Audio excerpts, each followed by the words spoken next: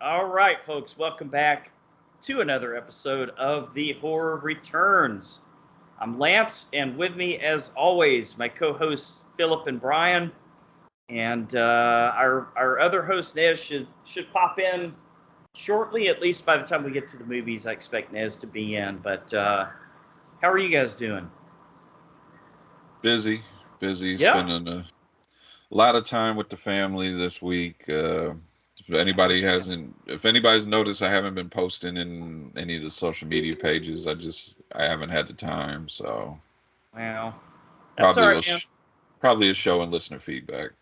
We got some pretty good listener feedback, but I guess we need to.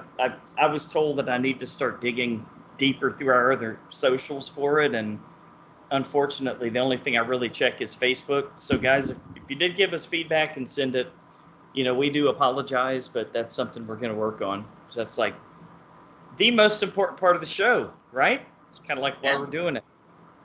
why So not? the other reason we do it as an excuse to get away Oh, from all that family shit for a couple hours, and of course, that feeds into. I'm hoping you guys have some great stuff this week for Cool of the Week because I'm a little low this week. I've been doing a lot of family stuff and taking care of a family member that got work done on his pacemaker. So Uh, a lot of shit going on, but I got a very diverse oh, okay. group Well, of then movies. you gotta get us rolling. Come on, man. Okay, I did celebrate Robert England Day. I Oh, checked out that's the right. You did. documentary. The documentary on Screenbox is called Hollywood Dreams and Nightmares, the Robert England story, and it's a yeah. fantastic documentary. It looks like it's good. I started like 10 minutes into it, but I didn't get to finish it. Yeah, it deep dives into like how he grew up, how he got started in acting, and it does it makes you want to go back in his filmography because he Robert Englund can act, and it shows by Mhm. some of the clips they showed of his like older movies, and of course it gets into the nightmare movies. I didn't know. I don't even know if we covered it when we talked about 976 Evil, how he met his wife Oh, because I she was think like that was in the trivia. okay, it was I think so. getting older. My memory's gone. What was the story? She was like costume designer or something like that.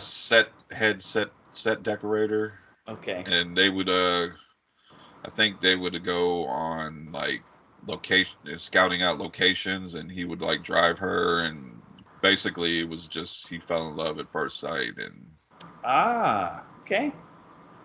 and yeah, kind of Brian. it goes into a lot of cool stuff. Like he was supposed to be a second build in a Schwarzenegger movie called The Crusade.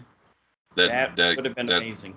yeah, it got canceled like last second, but it Ah, was gonna he was gonna be second build to Arnold. It was gonna be more money than he'd ever seen, and just a little interesting stuff like that was really cool. So I recommend that documentary.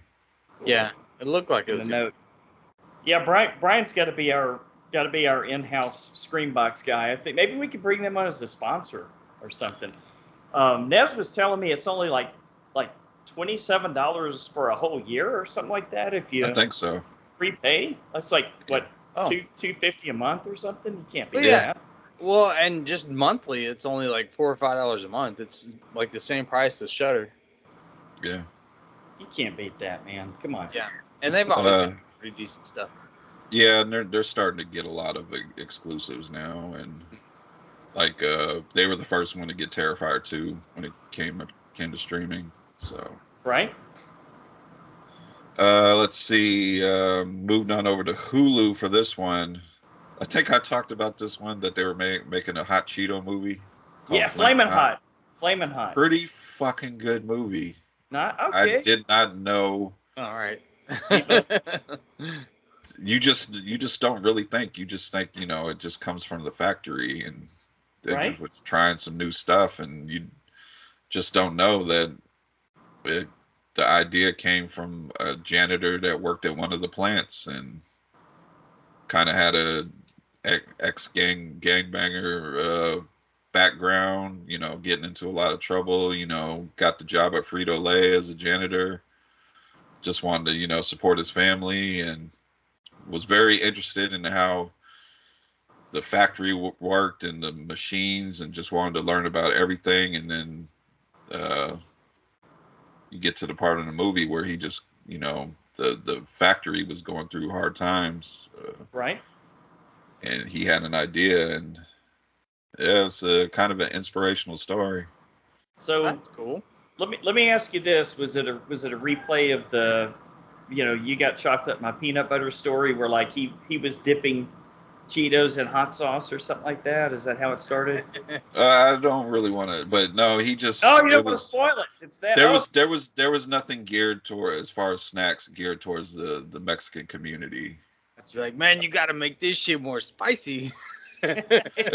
Essentially, you know, he was just, you know, sitting there, you know, at the park with some snacks at a food vent from a food vendor, and he was just kind of looking around, and you know, the idea struck him like, why can't this be on like Cheetos or Doritos, or you know?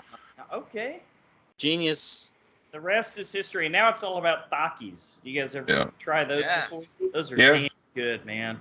They've got some Taki meat sticks I saw. Yes, they do. I have I some haven't tried desk them. at work. They're not bad. They're not bad. So recommend Flamin' Hot. I think it's on. I think it's also on Disney Plus. I think they Okay. double dip dropping it on streaming. Nice. And it is directed by Eva Longoria, the actress. She's directing movies now, so. All right. And it's listed as like a drama, like a biography drama, but there's a lot of humor in there too. So Oh, cool. I like So the way they told the story. They added, you know, like he's doing flashbacks of how board meetings went, and everybody's basically talking like they're from American Me, and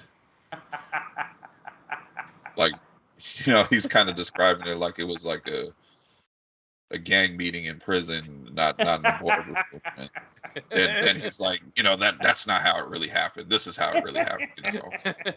So there's a lot of humor to it. I like that. So That's nice, man. Yeah, it's on the list. I'm definitely gonna check it out. but my cool of the week is a movie. I didn't get to see it when it first came out in the theater, and I'm glad I caught it before it's out of theater, and that's Guardians of the Galaxy Volume 3. Oh, nice. Okay. Oh, All I haven't right. watched that one I, yet. I still haven't either. Yet. I think it's up there with the first one. Yeah. I really do. Saying a lot. It had the humor, it had the action, it had the sad moments were there. My wife and daughter almost cried. We had another family member. They don't want me to bring it up, but I will. Right. Fucking cried in the theater. I've seen it. Oh wow. Well, It's not. I don't think it's the end of Guardians movies, but it's the end of this version of this. Yeah. Okay. And yeah, and Rocket has to have the fucking saddest backstory. Oh no. Yeah, Oh, they show you his backstory, and it's Okay. fucking horrible. And I'm about to, and I'll say the villain is called the High Evolutionary. Okay. Best villain out of the Guardians series, hands down. Really? Okay. Yeah, you fucking hate him when you see the shit he does. So Yeah. Oh wow. so yeah, definitely. The end credit scene, the first end credit scene, you can stick with because it kind of shows you where the team's going from there. Okay. But the last one was kind of I fucking stayed for this. Little whack. Yeah, this is like Star-Lord making a little comment to some, I won't say who, and just kind Okay. of like, Well. yeah, it's kind of funny, but at the same time, I could have made my way out the theater to the parking lot by then. So At least it wasn't just Blade's voice, right? Or we that didn't even get to see Blade. or the second Ant-Man movie when it was the ant playing the drums. Ant playing the drums. When they showed that in the trailer. Yeah, it was in the trailer. Yeah, that's a good point. But yeah, definitely it kind of hit on all the emotions, and Right. Gonna miss these guys because some of them I think Batista said he's kind of done. I mean, I'm sure they'll get him back for like a cameo or something, but he can't do the makeup and stuff anymore. I imagine most of them are about done with it.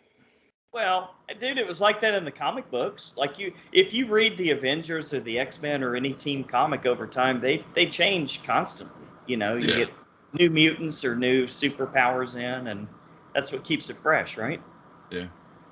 Yeah. So making a Avengers movie with fucking Wolverine in it. Then we'll talk. Might see one in a couple of years, man. Yeah. Hopefully they announce something here in a few weeks. We're about due, aren't we? Yeah. I don't know. People, sorry, somebody slamming doors in the back. I got all my family here. Hopefully it's not a ghost. Yeah. No, I hope not. Beads ghost. Oh man, Phil, I'm gonna jump in next. Is that cool? Yeah, go ahead. Because I didn't know what I was gonna do. I got on a David Fincher I guess kick after seeing Seven, and so I checked out Alien 3 because, like I said, my Wi-Fi was down, right? Oh, okay. So I had to go. Did you have the extended cut? I did. I guess it's like 2.5 hours, almost 3 hours. And it's not my cool of the week. It was all right. It's definitely my least favorite, I think, of the Alien movies. But I did watch a couple of other DVDs I found laying around. I watched Three Amigos, which is classic. Awesome. Kind of like Seven Samurai or The Magnificent Seven, but with 3 actors who don't even know that they're heroes until they're in the thick of it. But my cool of the week is Easy Rider. You guys ever seen this one? Oh, nice. Yeah, man.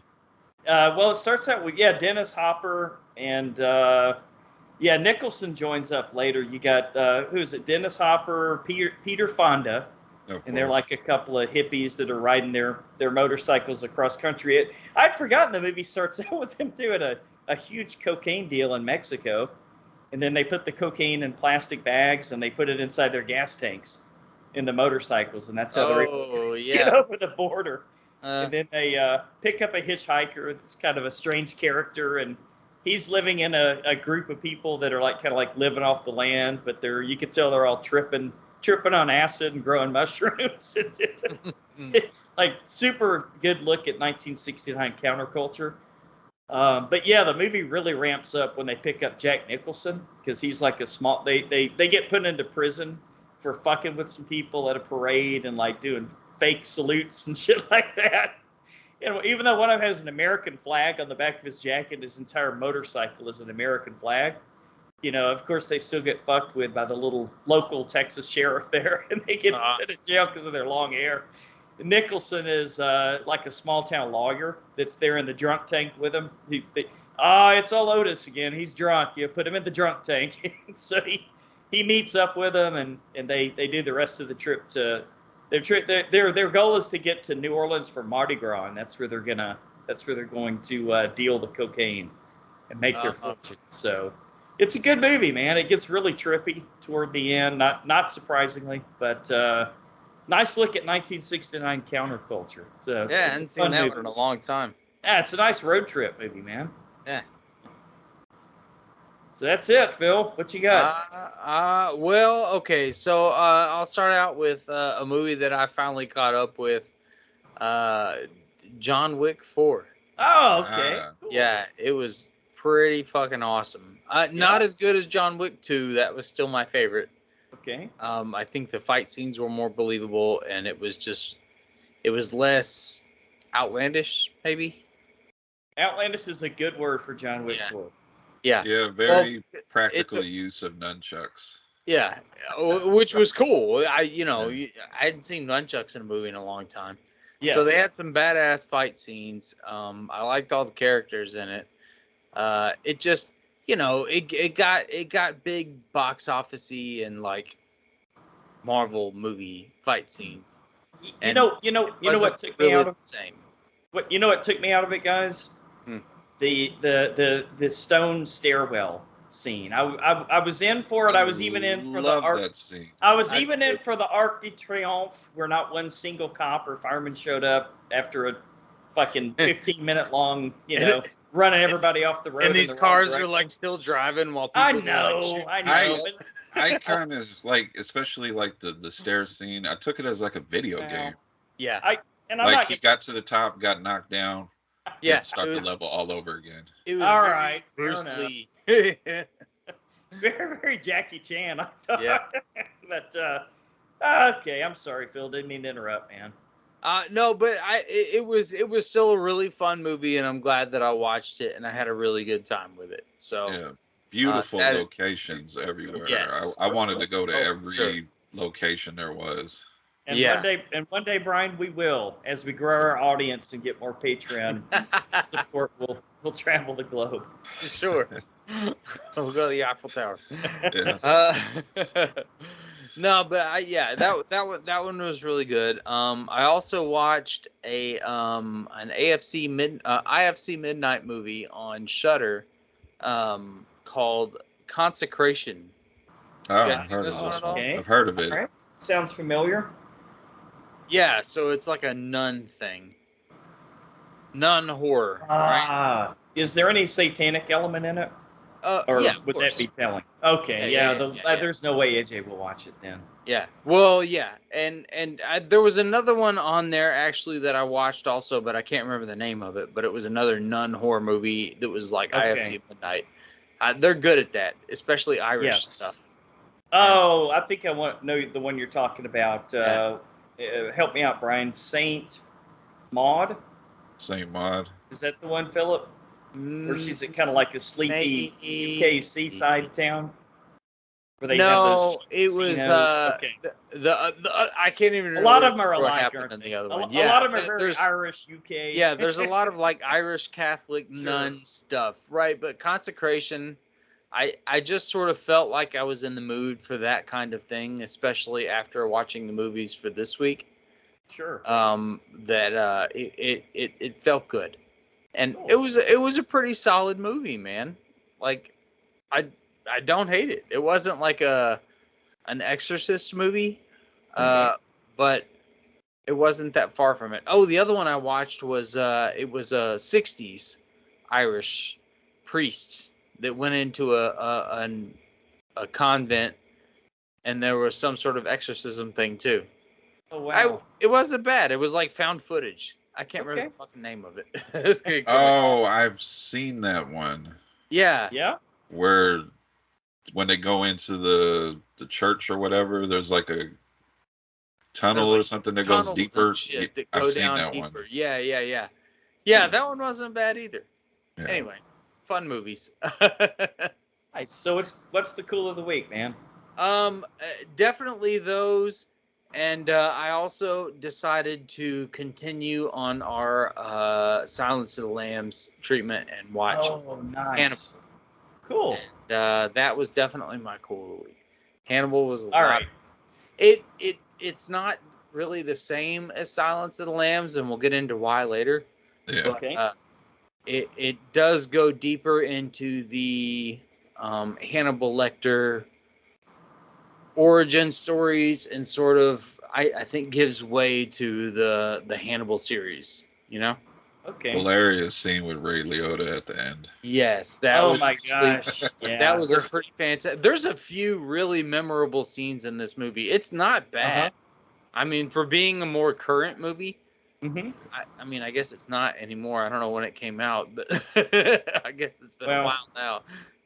But I don't usually consider it really part of the Silence of the Lambs deal. But this one was right. There is some really memorable scenes in that movie that are pretty kick-ass, and it was fun to watch. And, all right. Anthony Hopkins, dude. What are you gonna do? Well, that flaming hot alarm you guys hear is Nez showing up just in time to give his cool of the week. What's up, Nez? Put me in, Coach. What's up, everybody? I'm back, bitches.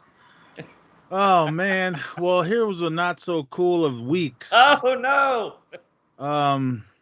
Other than Brian and I, sorry everyone, it's my fault. No, I'm gonna take it this time. I've been Nez before you got on. We talked about I've just been spending I got all my kids together the past couple weeks, so yeah. But we'll get on that wrestling, even though it's like 2 weeks old. Hey, Yeah, so I might have to rewatch it. But yeah, my brother was trying to act out some scenes from the '80s classic Rad, and he scrubbed on his bike. So he was in the hospital. He had like 15 stitches. My son just graduated the other night, so we were kind of getting prepared for that, and that's finally over with. And hours before the graduation, we got a dog. I don't know what episode Brian and I were talking about our new dogs, but it What kind of dog? I don't know, mutt, little res dog. best dogs, man. Best dogs. dogs. It's still, well, it's bigger now. It was a puppy when we got it. It was six weeks old, and it's always running around between everyone's legs. My mom's 75, which I just found out because we were getting ready to have dinner, and it ran behind her leg or her feet, and she kind of stumbled, fell backwards.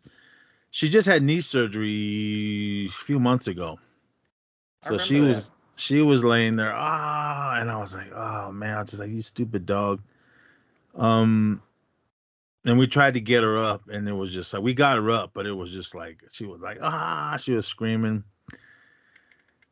And I think that was like the first time I ever heard my mom scream. I mean, I was at all the horror movies we watch and hearing all the screaming and all that. It never really bothers me until it's we all know real. Women are tougher than we are. We scream and cry like babies. Yeah. So the paramedics came because we were just gonna try to get her in the car and take her to the hospital, which is only like a mile or so from my house. But she goes, I can't even do that. So they came, they drugged her up with something so they can move her. They took her to the hospital. My dad called about an hour or so later, and they said her leg is broken. I was like, oh fuck, man. I guess it was right below the top of what's the fibia or whatever. I don't know which one the bone that is, but it's the one below whatever that bone is called below your kneecap. Tibia. Yeah. Sounds about right. That one at the top, I guess. I don't know. I'll know tomorrow. I'm going to the hospital tomorrow. And I don't know, something broke there, she said. So she was, I was like, fuck. And she came all the way from Arizona, came to California. Missed my son's graduation, so she was bummed about that. Eric was feeling bad because it's his dog. Yeah, so, but, and then, when was it? Wednesday, before all the graduation, my youngest grandson was throwing up all night. Oh. So he caught a bug from something. Luckily, I was off all week, so I was able to stay home with him while everyone else went to work and school. Yeah, all that. My brother, my mom, all that. Graduation came. We had it. It was a good time. When it was over, we all came back to my house, and I was just not feeling good. I was like, I don't know, I feel weird. So I was kind of just hung out, sat there, laughed around. Then I said, you know what? I feel really tired. Let me go lay down. So I went and laid down, and then I just sat up really fast. I ran in the bathroom, and oh no! Oh my! It was one of that bug. It was one of those ones with so much was coming out, like I was like, you could barely breathe. So I was like, fuck. And then I went, only done that a couple of times since college. Oh yeah. So I figured I was all right. Okay, it's all up. Let me just go. Nope. And then it went to the back door, and then blah. I was like, oh. So I was blasting out of both ends. It was so bad. It was coming out of my nose, everything. So I was like, that's the first part. So all of late Friday night, early Saturday morning, I was just, Saturday, I just laid in. Definitely the not cool of the week. I laid in bed all Saturday, and today I feel a little queasy. I had to get up super early and take my son to the airport so he can fly back home to Arizona. And they got home, so I was happy with that. But that was pretty much the last few weeks and everything. It was just it was hell. But everyone's okay. My brother's good. My mom, I just talked to her. She goes, I'm good. Just you'll be all right. She told me as long as you feel better and I'll come visit her tomorrow in the hospital. And yeah, my son's just sleeping it off. I guess they had a sober grad night. I don't know what that is, but I guess they lock him down in the school and give him all kinds of fun things to do. Sure. So he's still recovering from that. I haven't done that. Well, of course I haven't done it, but I had one of those in high school. Yeah? Yeah. Did you attend?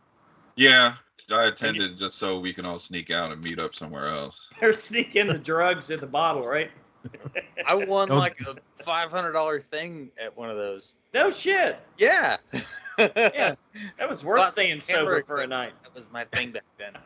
My son won $80, and then some kid won a car. So, oh wow! No. Yeah, they had it at the graduation. It wasn't brand new; it was used, but new to that kid. But everyone was mad, saying he's got a nice big truck, right? So they go, he don't need it. So, but I don't know. He won, so congratulations to him. I don't know who he was.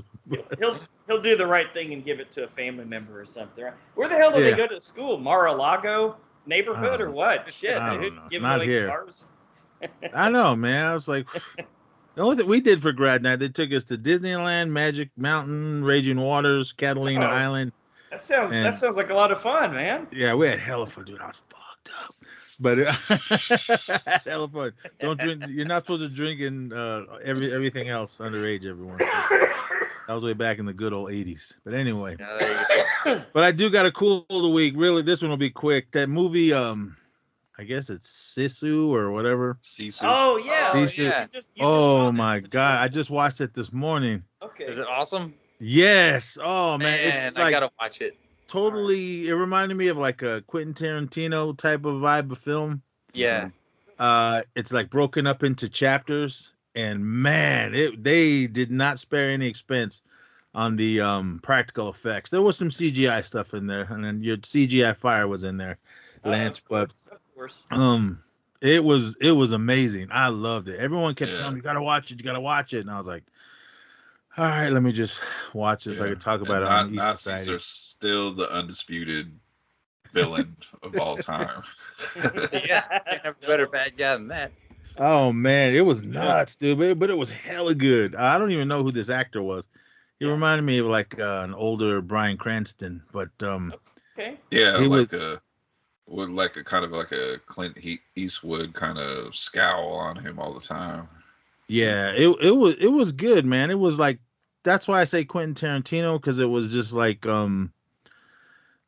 this guy, he finds some gold, he's trying to get it from point A to B, but he's got to deal with some Nazis, got to deal with some this person and that person, and all hell breaks loose. He's getting into this big huge adventure. There's horse riding on tanks, flying in airplanes. Dude, it was crazy, but it was hella good. I loved it. I don't know who this dude is. Hey, Jorma Tamila. I don't know what this gentleman's been in. I probably have to look at the rest of his stuff. But if you guys haven't seen it yet, definitely watch that, because it's definitely in my top 10 this year. Oh, nice. Will it stay there? I don't know. I don't know. Will it stay there? I don't know. We still got a lot of movies that are coming for the rest of the year, but it was an amazing film. I was just blown away on what I saw on my little phone screen. I couldn't watch it. I couldn't watch it in the living room. Should have gone to the theater, man. Seen it on the big screen, dude. It's not playing up here. I know it was playing here for like a week or two, and I missed it. But it didn't even come anywhere near us. Right. So, but wasn't. That's been going on the last few weeks. So. Had they had some marketing behind that one, I think it could have been a big screen thing. It had the best trailer ever, because it showed the dog, and then it flashed on the screen that this dog does not die in this movie. Yeah, there you go. Perfect. All right, Brian, you got some headlines for us, or is it going to be in 2 weeks? Got a little bit. We're getting a new Leprechaun movie. They're calling it a reimagining, and but this time it's from the people that are producing it are the same people that put out Barbarian and the latest It movies. Huh. Okay. And it will be directed by Felipe Vargas, who The only thing I know him from was he directed like a short horror film called Baby Teeth. All right. So. Okay. I guess it could be scary. Leprechaun. Yeah, I mean that's the thing. Are they going serious with it? I'm a leprechaun. They get asked to. Nez, we need to do Wayne's World. I just got that. School book finally. Let's see. Hugh Grant is set to star in the A24 horror film called Heretic, and this is from the writers of A Quiet Place. Huh. So it won't have much dialogue then. Probably not. Okay. Hugh Grant, I don't know, man. He was sort of a bright spot in. He was an A-lister for sure. Dungeons and Dragons. Oh, he was in that. Yeah, I think he did pretty great in that. He just ate up scenery. So he's making a comeback. Was it any good? Yeah, I liked it. Yeah, I haven't seen it yet. It's not gonna win any awards, but it's got my girl. It's got my girl in it, but I haven't watched it yet. Oh, gosh. Oh yeah, it's got your Thanks girl. for reminding me. It's got your girl. Yeah. She's okay in it, but Hugh Grant definitely he definitely knows what movie he's in. Yeah. He's in that. Yeah, he's like the. He's a bad guy. Sure. It's like one of the thieves they team up with. Okay. Let's see. Cher, she's producing a new horror film titled Little Bites. Was she 157?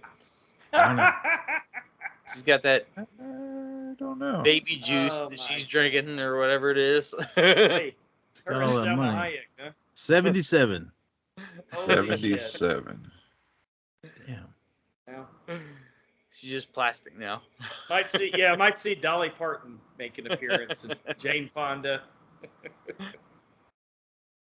Let's see. Pete Davidson is teaming up with The Purge creator James DeMonico for a horror film titled The Home. Why not? Why not? I'm a big Pete Davidson fan. I like everything he's been in.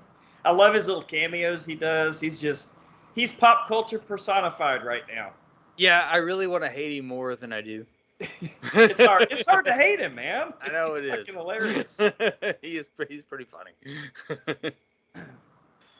Also, I don't know if this needs to happen, but James DeMonico is also confident that The Purge 6 will still happen. Okay. Is this after the last movie or the TV? No, the TV show was before everything. Yeah, they're planning on bringing back Frank Grillo for the sixth one. They probably should. Okay. Probably should. Let's see. Any fans of the Wednesday series will be happy to know that Jenna Ortega confirms that they plan to ditch the romance stuff and lean more into horror. Cool. All right. I don't know if you heard about. You probably did hear about this, Nez. New Friday the 13th game coming. Is this after everyone flipped out because they were gonna stop adding stuff to the previous one because everyone so Probably. Yeah, everyone was flipping out and then they dropped the news. We got another one coming. Now everyone's like right. they're all their butts healed. I was mad. I was mad too, but I wasn't gonna take it to Twitter and F you. Yeah, that's ridiculous, man. So just give me another movie. Nez, I heard heard Twitter's for. Wait, hold on. Nez is a man that's amongst us guys that did an entire fucking hour-long episode about a Twitter posting and the people that replied to his Twitter posting. So, yeah, man. If no, that was on about Twitterverse, it's Nez. That was on Instagram when all that Instagram. shit went down. Oh man. Let's not revisit that. I'm sorry. No, man. I gotta do a follow-up on that one, but nah, man, yeah. Go back a few episodes. If you don't like it, don't read it. Hell yeah, motherfuckers. I don't know if there's going to be a new Stephen King documentary called King on Screen. Okay. Sure, because we need that. King on Coke. I'm pretty sure nobody has MGM Plus, but they're getting a new Actually, I Ed do. Gein. Oh, they're I getting do. a new Yep. Ed Gein docuseries titled "Psycho: The Lost Tapes of Ed Gein." Oh, nice. Who's going to be in it? Do you know? I think it's just an Dane actual DeHaan? docuseries. Okay. They want people All to right. watch it, Lance. All right, I got you. Also, loosely, the Buffalo Bill character, I think, based on Ed Gein. I think a lot of characters were based on Ed Not Gein. so loosely. As loosely as Psycho, yeah. Sure. I got MGM Plus too. Shout out to Mike. There's an Amityville and origin story documentary on here. Is that Yeah, what this is? there is. All right. What's this show from? Is it? It's pretty fucking good, Nez. You should start it. I'll just say that. All right, man. Just more I got to add to the list. But really quick. Speaking of Stephen King, I had no idea he did the Boogeyman, the short story. Now I need to find it. But I'll give you my score on that one. Since I just listened to you guys' episode this morning when I was driving back from Reno. I gave it an 8. I thought it was a really good movie. The new one? Yeah, the new one. Yeah. The OG one, I don't remember that one at all. I saw it in the theater when it came out, and I don't remember. You had to remember the scene where the kid jumps in the window and he's like the boogeyman, and then the window crushes him. He goes. I don't remember it. I saw it the one time when it came out when it was brand new, and I don't remember. It was garbage. Yeah. The fact that you don't remember it probably speaks volumes. I listening to you guys. I was like, shit, I don't remember any of this. And I did go ahead and pre-order the Vinegar Syndrome because I kind of feel like that movie was kind of cut up and edited. You're killing me. Now I gotta get it. Let us know. You're gonna be sadly disappointed to have to watch that piece of shit again.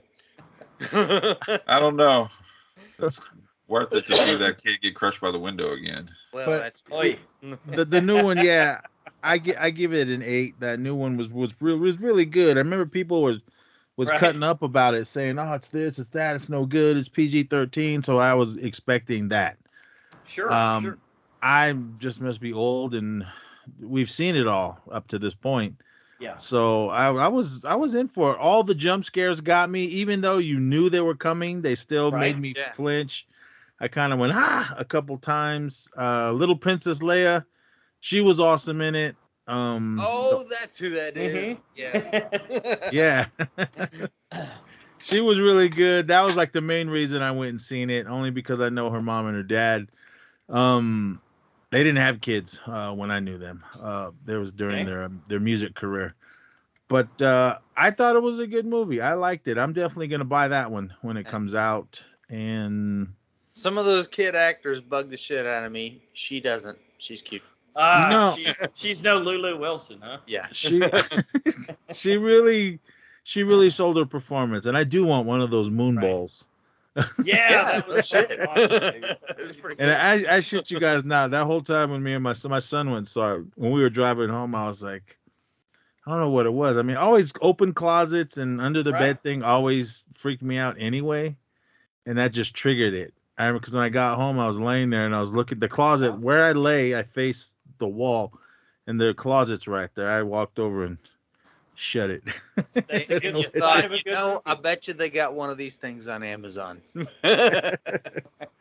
But I thought it was a really good film. I enjoyed it, and I'll definitely buy it when it comes out. So yeah, I give it the new Boogeyman 2023 an 8.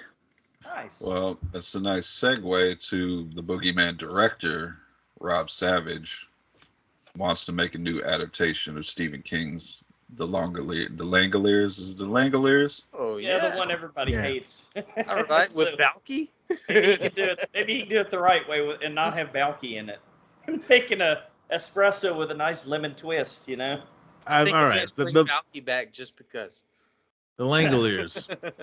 I watched it when it originally aired. I had just started with Southwest Airlines, and we were watching it at the airport. We worked the late shift, so it was on like whatever Sunday night movie.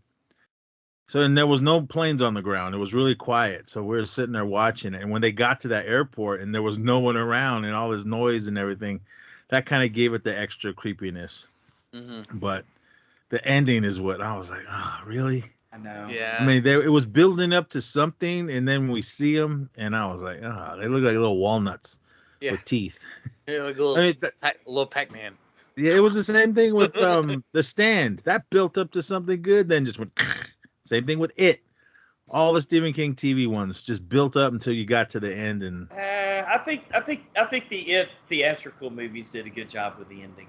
I wasn't disappointed with that. That crappy looking spider crab Come on, or whatever. dude. I didn't like the TV miniseries one, but I was pretty happy with the deflated clown there at the end. I thought that was kind of neat. Oh, and the movie or yeah, no, I'm talking about the TV. I liked it. I didn't like it. They called him names and they beat him.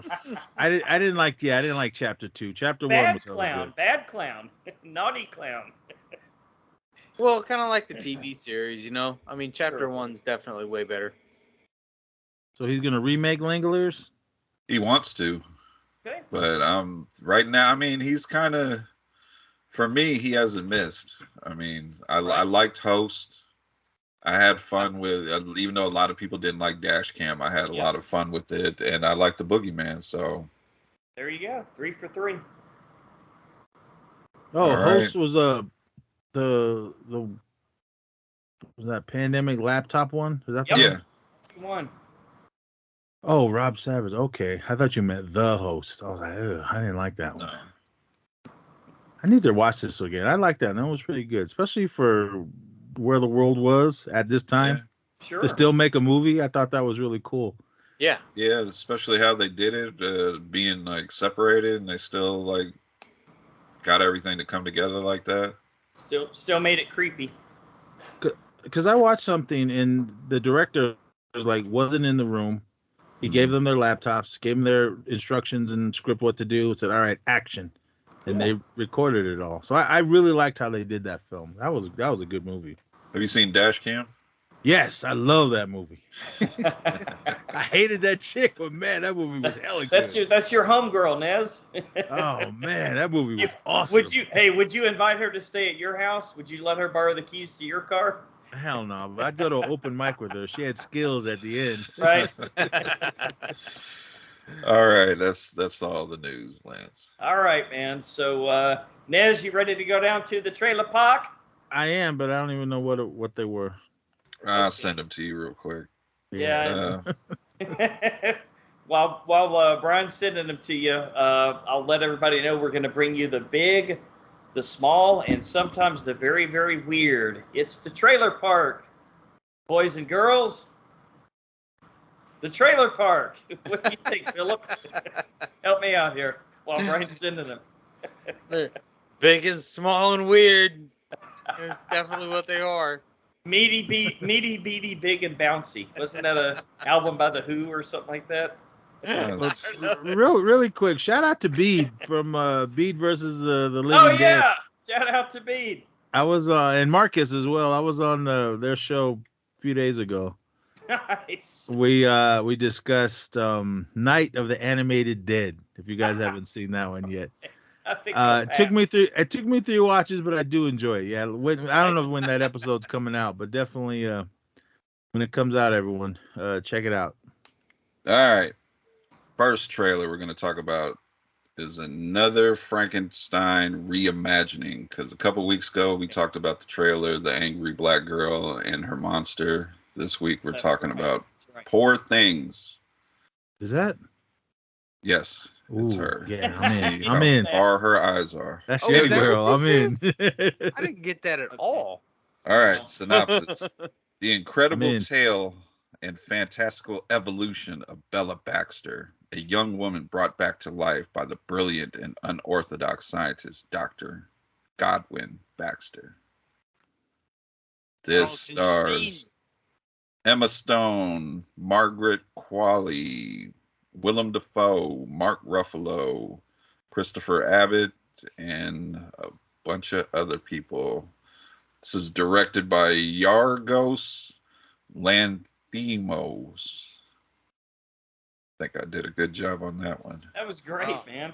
He's Yargos. Yargos. Your Greek was so on point. I could practically hear dishes smashing in the background. Thank you. Lance, you've seen some of his movies. I fucking hate this director. There's not one film that this fucking asshole has made that I like. All the dialogue is stilted. It's completely. I mean, I know what he thinks he's trying. I think he's trying to be the smartest guy in the room and say I can do this crazy dialogue where it literally sounds like people are reading off cue cards. Everything's stilted. There's like no emotion in it. And it drives me fucking up the wall, man. Even The Favorite, which was up for some Oscars, and a lot of people. That was hella good. What are you talking about? I love historical dramas, but not this fucking idiot's version. What do you think about this one? Because I didn't get none of that in this one. I didn't either. I didn't really think it looked like one of his films. I mean, I definitely like the look of fucking Norman Osborn. He looked great, man.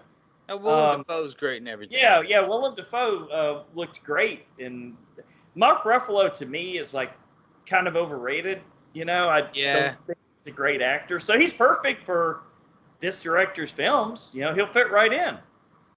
But I think Emma Stone needed to get them eyebrows done. She's not my best. She's not my favorite actress either of all time, guys. I don't know.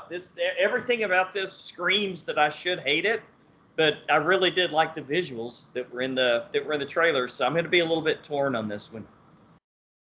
See, yeah. I'm kind of like going opposite on that. Like I feel like it's got a really good cast and it looks like fucking Oscar bait. Like I kind of don't give a shit. And I mean, if it's good, great, but I doubt it. Yeah, I'm not the biggest Emma Stone fan. If I was to watch this, I've only seen one movie of the directors, and that was The Killing of a Sacred Deer, which I did not care for. Ugh. Yeah, that one was. It took a while to get there. Doctor, I wanted to let you know that my mother died when seriously, under care, and now you have to pay the price, and it's time for revenge. Go grab a rifle, and I want everyone to put a bag over their heads. Okay, I'm sorry, I will put a bag over my head as soon as I get a bag. That's pretty spot on. But I do agree the visuals do look amazing. I do like the story of Frankenstein and Frankenstein's monster, and I like that we're getting not basically remakes of the movies, but reimaginings with this and the previous trailer, the Angry Black Girl and the monster, which is on VOD now if anybody's interested. Brian, at least we're not getting that dark universe or whatever we were supposed to get with that Tom Cruise. I kind of want to see Javier Bardem. He was supposed to be Frankenstein. I know. I may still see it. The rest of that, it was just, and I think that they had a good cast with the Mummy movie. They just did a shitty job. Yeah, I know. Because that movie was like 5 different genres in one. Yeah. It was a comedy. It was an action adventure. It was fantasy, horror.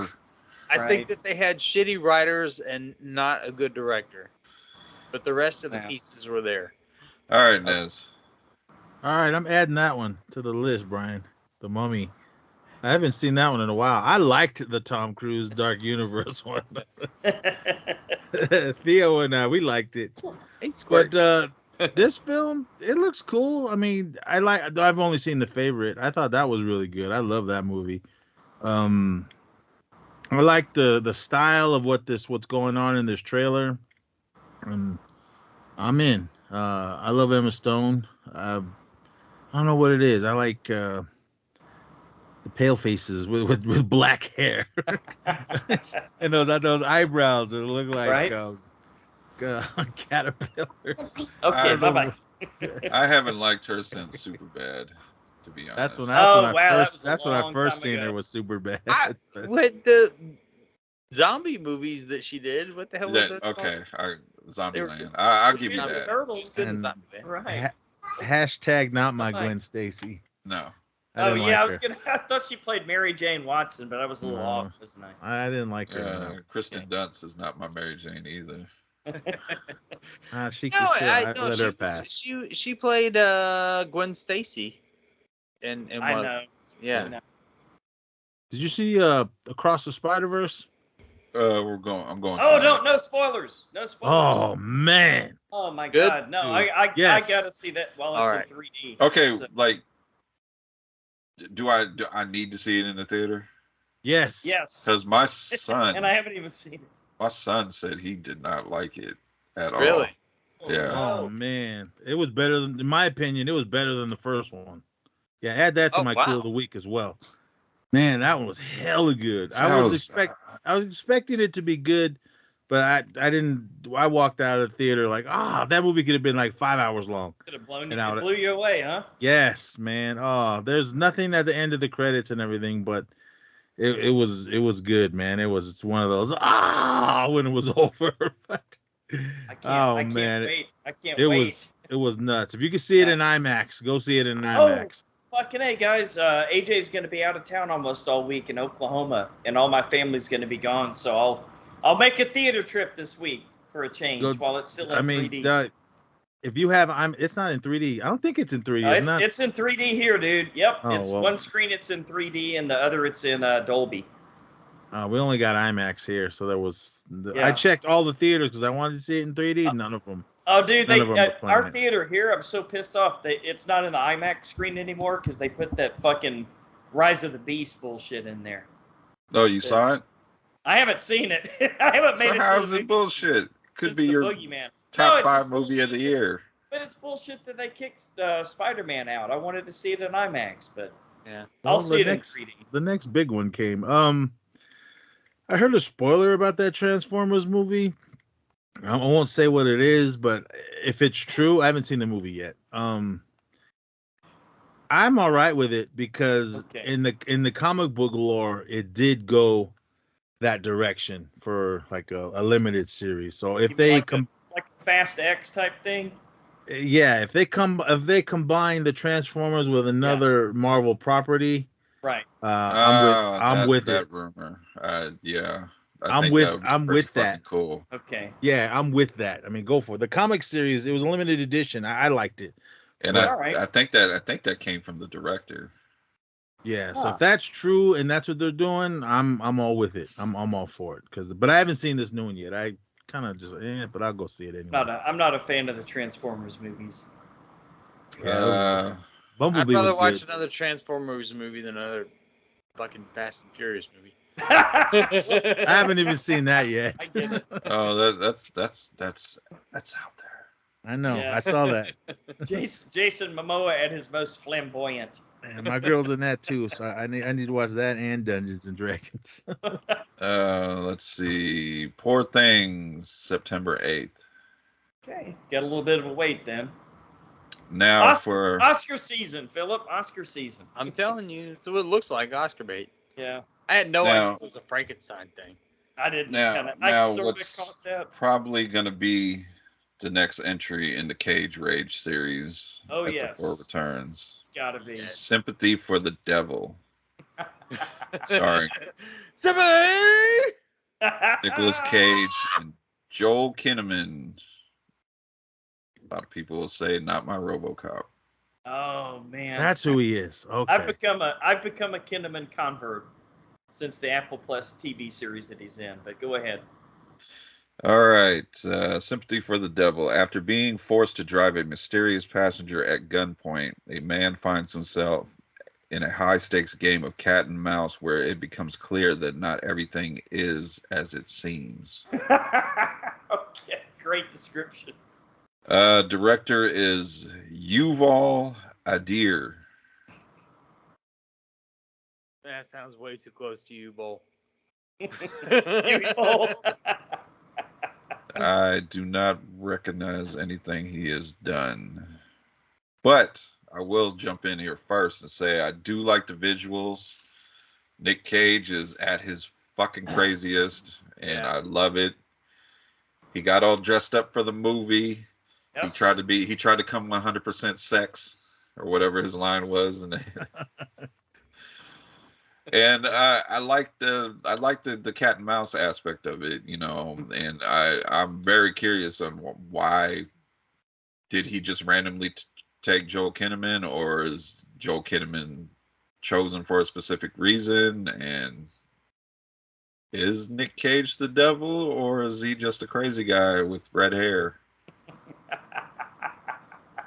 Yeah, I honestly don't even really care about the plot.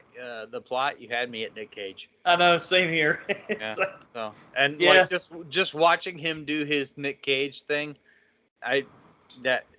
that's enough for me. I'll go watch. Oh, there's some scenes in this trailer. He goes full Cage. Yeah, for sure. Full Cage, full Mandy on the toilet drinking vodka, full Nick Cage. Which, as much as I had fun with the old ways, he does. I will spoiler. He doesn't go full Cage in that movie. Okay. Yeah, but this one looks like he does. Yeah. Okay. Is that cowboy movie?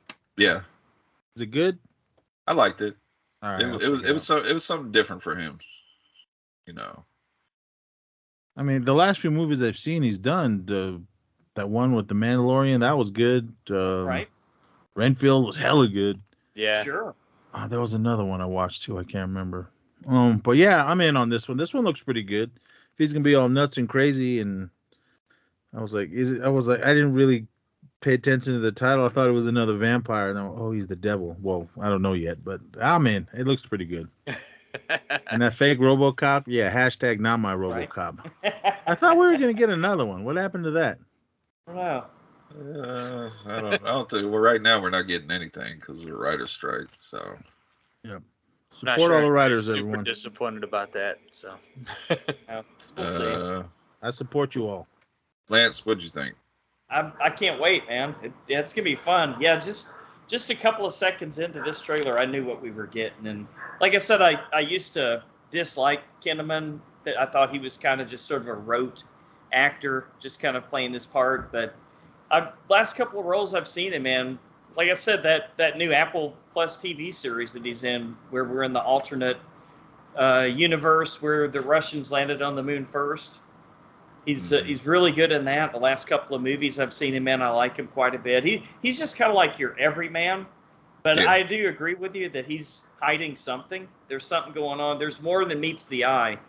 And is Nick Cage really the devil, or is he just some crazy nut job? But I did love the line that he had where he said, "Everybody keeps telling me that, even my psychiatrist," or what was it that he said? I think he said, yeah, I think that's pretty close to what he said. So, obviously, the guy's just a fruitcake. And that red hair, man. I think that's the first time I've seen Nick Cage with bright red hair.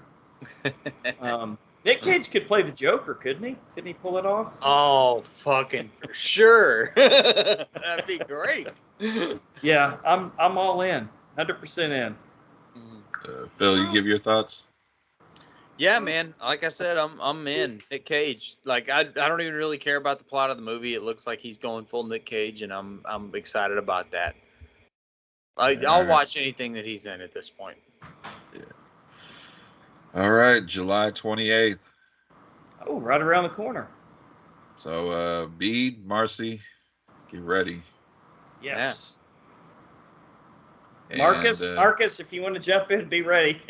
Yeah, Marcus, come on. I know he appreciates Cage Rage. Yes. Who doesn't appreciate Cage Rage? Come on. I've seen some people that I don't think they get it. Okay. I'm sure there's many people that don't get it. But like anytime I hear anybody talking shit about Nick Cage, that's my first thought. I'm like, yes, you don't get it. All right, that's the final trailer. Unless you guys have any thoughts on Expendables 4. Not yet, but right. I will. Let me see the trailer. They did do that stupid thing where they put the number in the title. Yes, Fast and Furious, eat your heart out, right? It's like Expendables or Expendables 4 or 7 for that matter. There is a large action mystery in the old folks' home. We have to figure it out. All right. Speaking of Arnold, have you guys watched that Fubar show? I tried to start it I again, and started then it. I had to go do stuff. So and Lance, I tried to start that hypnotic movie, but I had to run out the house. So That's all right. There's time. There's time. We're getting Megan Fox with big thumbs and Expendables 4. Big thumbs. All right, I'm in. Oh boy. her If you guys don't know what I'm talking about, Google her thumbs. I do. All right. in the trailer, her and Statham have a foreplay fight sex scene Oh my god. that implies he goes down on her. And she's like, "Fall back." And who wouldn't? And no makeup will not be messed up. But All yeah, that you get Tony Jaa, Iko Uwais from the Raid. The Raid. That is okay. Okay. Well, as long as they get a good fight coordinator, I think that's Right. cool. You get 50 in this one too. Right. Okay, Philip, we got some feedback. Yeah, we'll roll on to feedback. This week we're gonna shine the podcast spotlight on the nightclub.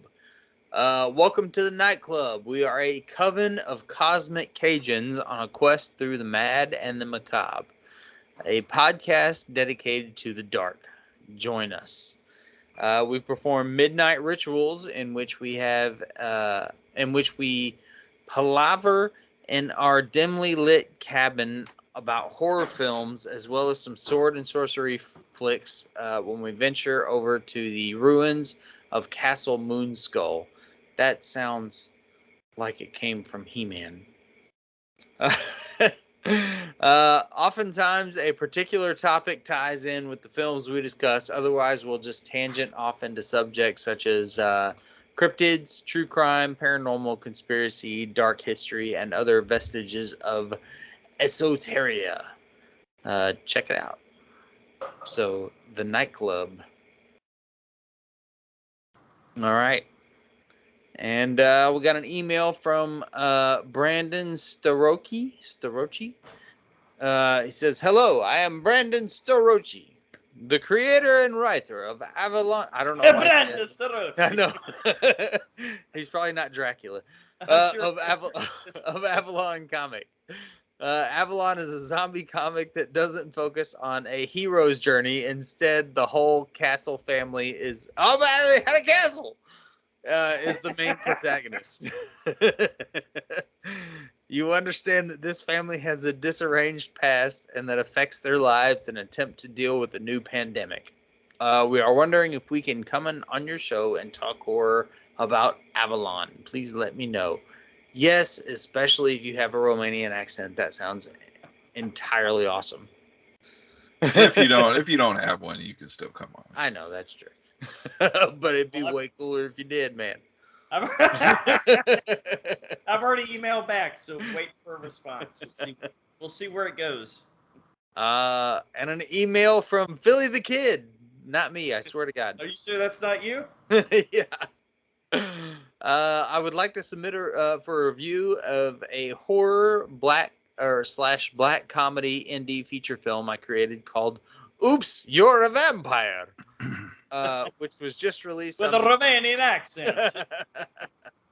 Which was just released on VOD by Lionheart Distribution.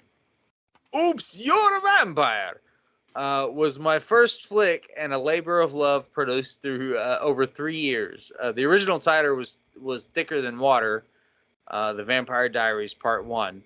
But I like "Oops, You're a Vampire" better. Yeah, I the accent makes it. I never released it at the time, though it attained a bit of cult status through the industry buzz. It had a nice run on a festival circuit, including awards in Best Director, Best Makeup, Best Acting categories for 3 female leads. Aficionados of the genre seem to regard it as a milestone of micro-budget horror. It was one of the first cinematic attempts to treat vampirism as something natural, real, and commonplace. A few critics have remarked that at the end of Mike Flanagan's Midnight Mass, there's a little homage to it. So you can judge for yourself. Well, We're gonna have to check out the screener for this one and send an invite to join the show for sure. Yep. Because that sounds cool. Oops, you're a vampire. You gotta be on. Awesome. Gotta be on the. If you're listening, you gotta be on the show. We can all watch the movie. Log in through the Horror Returns Gmail account, and the full screener is right there. So it's already check in there. it out. Okay, cool. Yeah, I'm gonna check it out this week. Kick ass. All right, yeah, we'll definitely watch that one. Regarding Yellow Jackets, which is another thing that I started this week. I gotta start, man. So far behind. We'll let Marcus Will Turner tell it like it is. Okay. He's the writer of the group. While getting lost on the, I don't even know what word that is. He already got you the word. That's why you do listener feedback. I know. Cacophony. While lost in the cacophony of violent, incoherent, and shocking events, the sophomore season of Yellow Jackets finds its footing early. Runs the gauntlet towards the middle section, only to surprisingly stumble on in the season finale. Badly. This by no means is a statement of its overall quality sinking from the brilliant first season, but a mere mention of the creators knowing that the captivated audience is in it for the long haul, thereby throwing more queries into the already enigmatic story.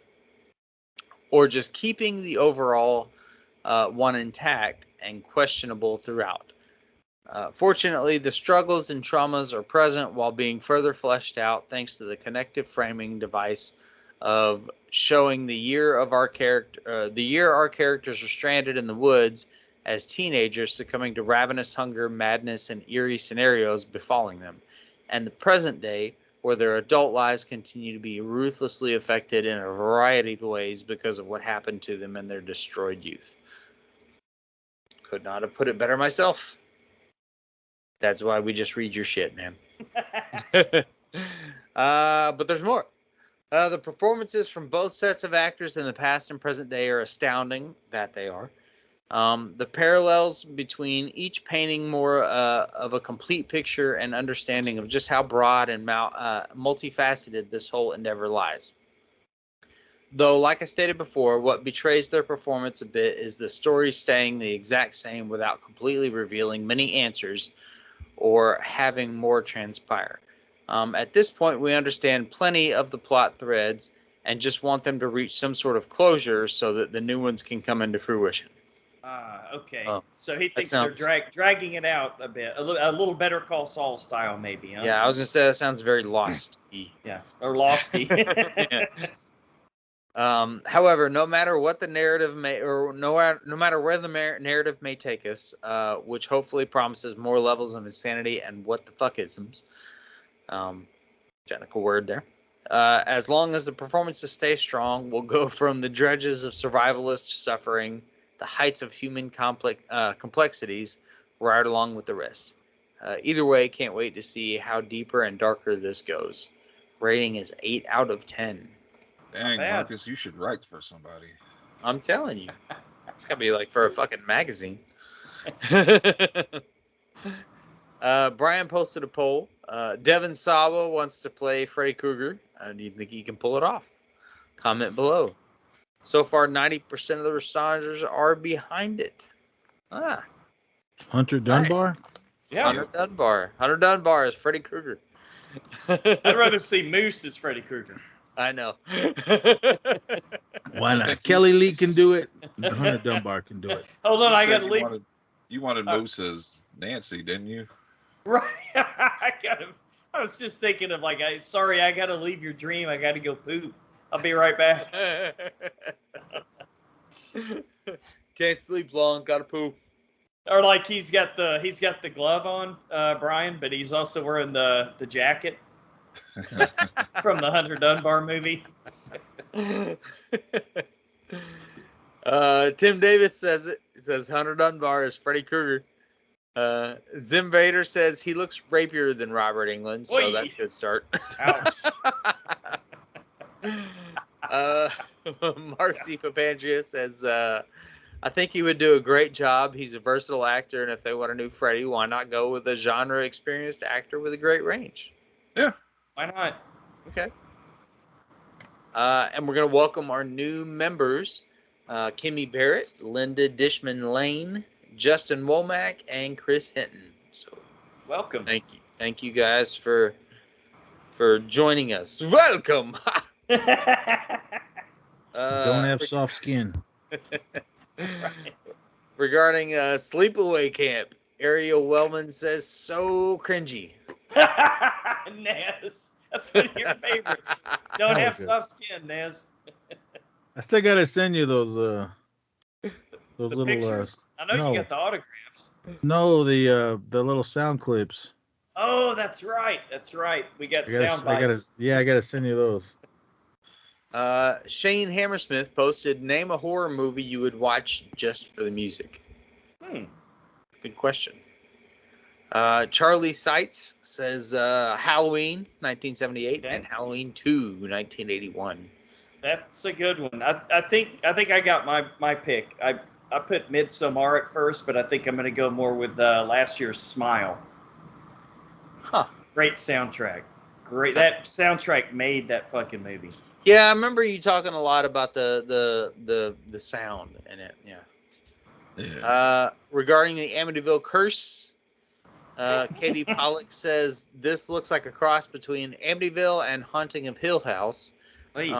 Also, as usual, the trailer shows too much, in my opinion. I'm sure. Wonder if it'll be streaming in the UK. They don't have it's a new Tubi exclusive. They don't have Tubi in UK.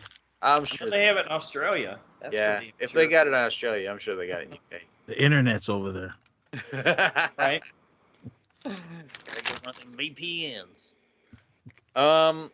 As always, our show intro and all of our new logos come from Steve Carlton from the Geeks. All right, Steve. Yes. And be on the lookout for some more great stuff from Steve. And happy birthday to Lil from over there at the Geeks. Oh, awesome. Yes, happy birthday. Must be nice to be 21 years old, Lil.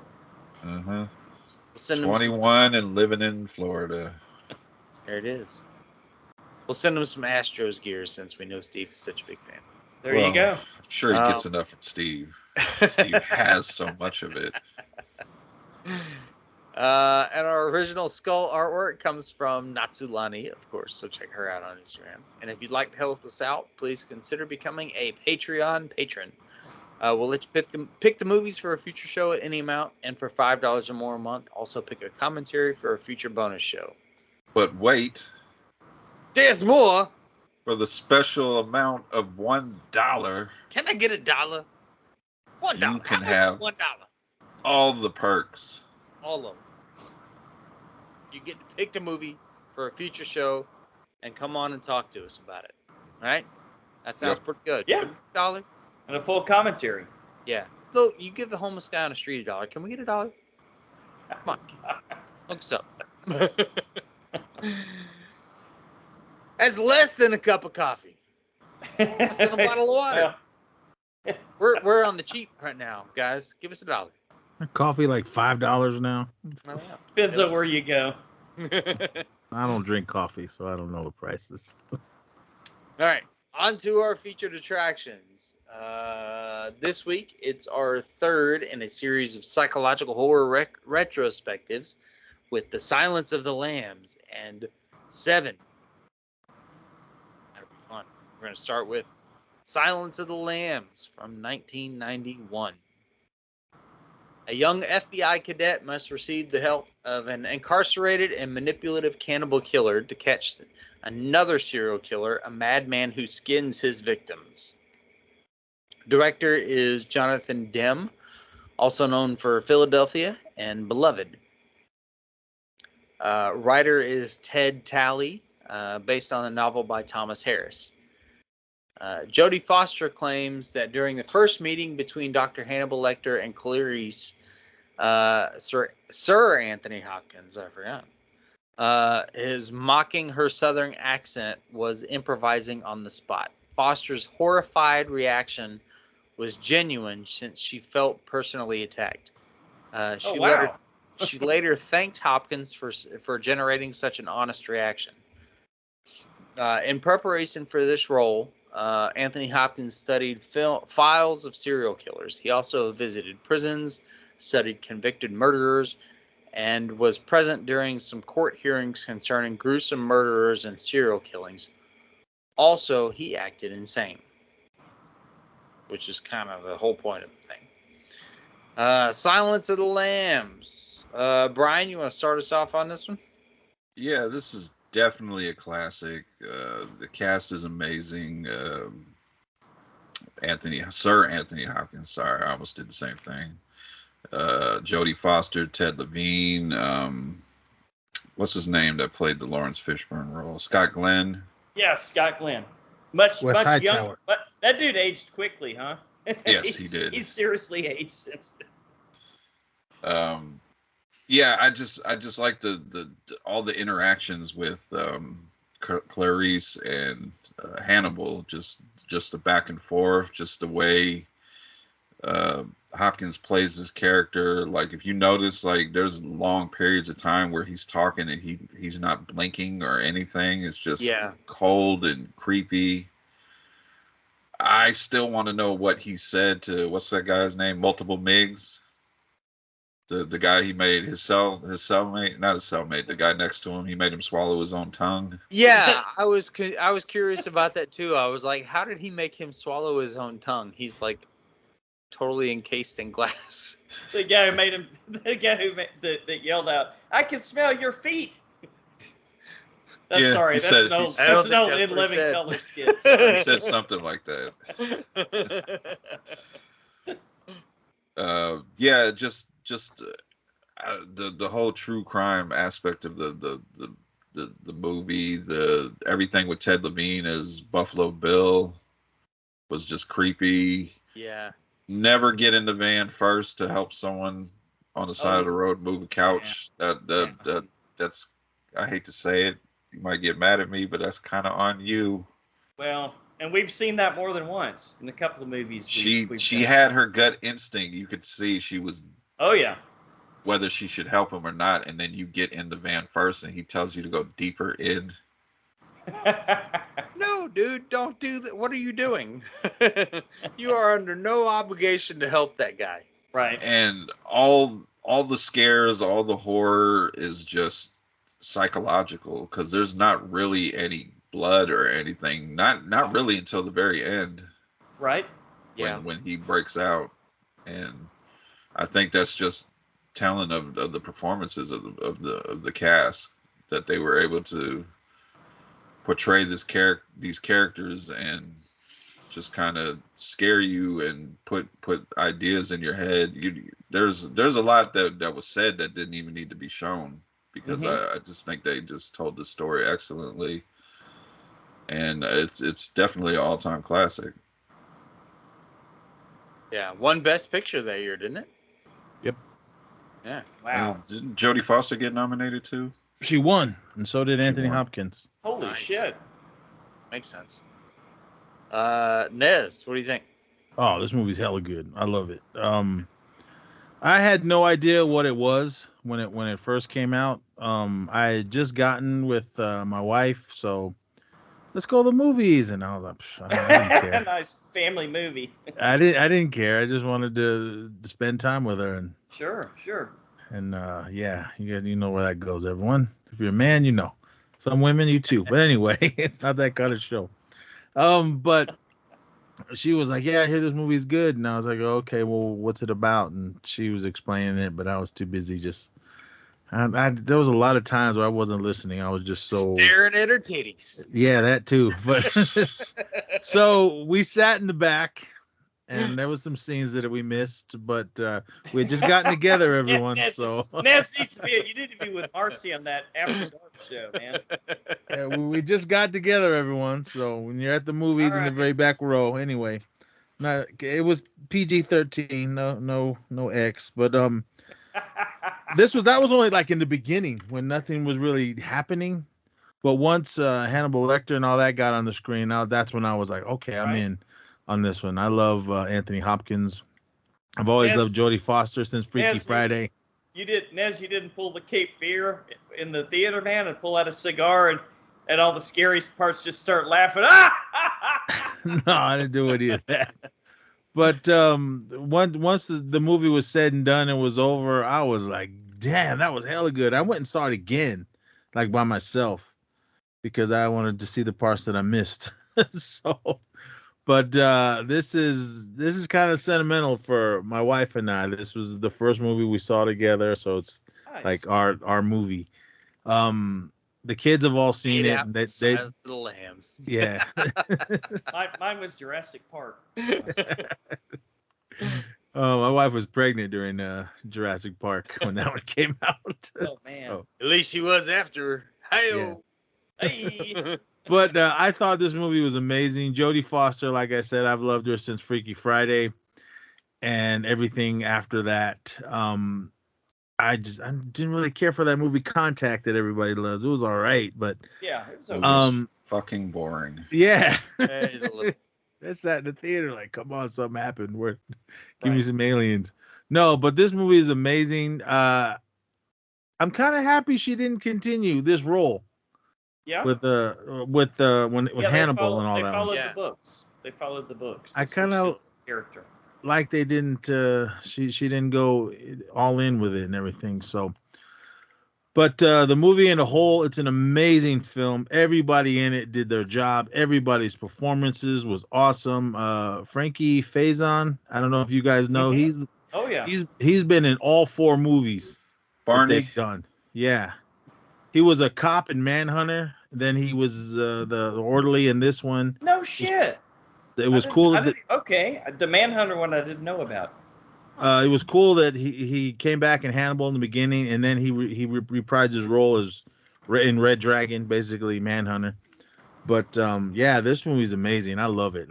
This is one of those ones I haven't seen it in a while, but if I'm flipping the channels and it's on, no matter what part it's on, I'll watch it to the end because I just thought this movie was amazing. And this is one of the out of all the horror shit that I've watched up to this point, 1991. Yeah, I mean, I learned everything from movies. Not to get in vans, not to answer the phone, not to answer the door, not to go investigate that sound. And this one, hell no, man, I'm That's good. why we're still here. and it real quick, and I was just thinking about the movie now. We're talking about it. She does portray how hard it was for a female to be in the FBI. Yeah. Coming up as an agent, coming up as a student. Sexual harassment too. Yeah, because you get that scene where they go investigate the body, and Scott Glenn kind of talks down on her in front of the other cops that are in the room, and later on he said, I just had to do that for them. You know how it is. And then she's just like, no, I don't. Don't do it again. Good on her. Good on her. He was throwing it at her. Yeah. Even that one little nerdy guy with the bugs. Right. Oh, he just wanted to take her to get cheeseburgers and beer. That's right. Then she asked, "Are you hitting on me?" And he was like, "Yeah." Yeah, I'm hitting. He was straight up about it. He didn't care. He's like, "Are you buying it?" She's like, "No." Wasn't sure if he was looking at her or not. The way his eyes were. He's kind of bug-eyed, huh? My favorite scene in this was at the end when she was down in the basements, and then it just went. He turned the lights off, and it went all black. And amazing. Like what would you do other than fire in every direction? But I know. Man, she's lucky. She's lucky that he was so fucking arrogant that he just felt he had the control. Yeah. Otherwise, she would have been long gone. Yeah. Have you guys seen that TV show they came out with, Clarice? I tried. I heard about it. Do it. I watched the first. I kind of was interested because the first episode, the girl that was in the well. She's in that first episode. Not the actress, but that character. Yes. And they kind of touch on her having PTSD, of course, from being kidnapped, and she still has his dog with her. Yeah. Oh. That was the weird part about the end of it. I'm like, she's keeping the dog? All right. Yeah. The other thing I loved about it, there are weirdos and creeps out there that are like this. Sure. So, yeah. Don't matter if you're female, males too, man. You just gotta always look. Even if you live in the safest neighborhood in the world, keep your eye on, look over your shoulder, no matter what, man. Yeah, look at one of those sex offender registries for a second. They're yeah, Richard Brake and Barbarian, when that neighborhood was nice and kept up. Yeah. Well, who would ever suspected that, right? I don't know, man. He looks weird anyway. Yeah, he's kind of acting weird when people actually talk to him. I met him a couple times. Yeah, he was cool, him. but he was weird. He was great. But yeah, Silence of the Lambs. This movie is awesome. I love it. Wouldn't let him babysit my kids, though. No.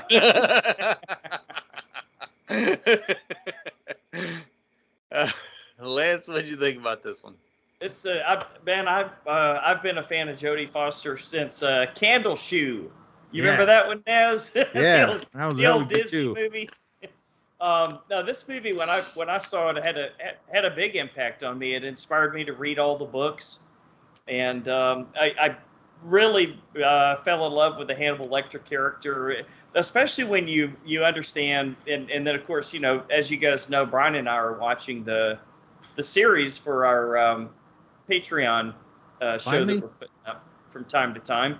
Yeah, we're getting there. We're more than halfway done, but it's so cool how he's such a gentleman and he just doesn't abide by rudeness, and he just plays by his own set of moral ethics and whatnot. Yeah. But he's obviously completely insane.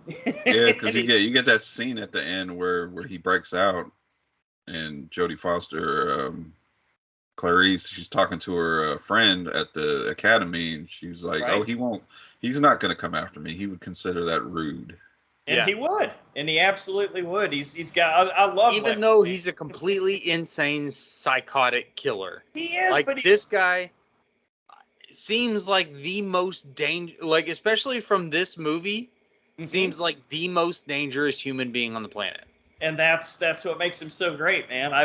Yeah, huge Lecter fan. I love this movie. I think Jodie Foster was great in it. All the casting was good, and I don't need to talk too much about this one because everybody who knows me knows how much I love the Thomas Harris books and the Lecter character. So this one's obviously going to be up there for me, no doubt. Is this performance from Ted Levine?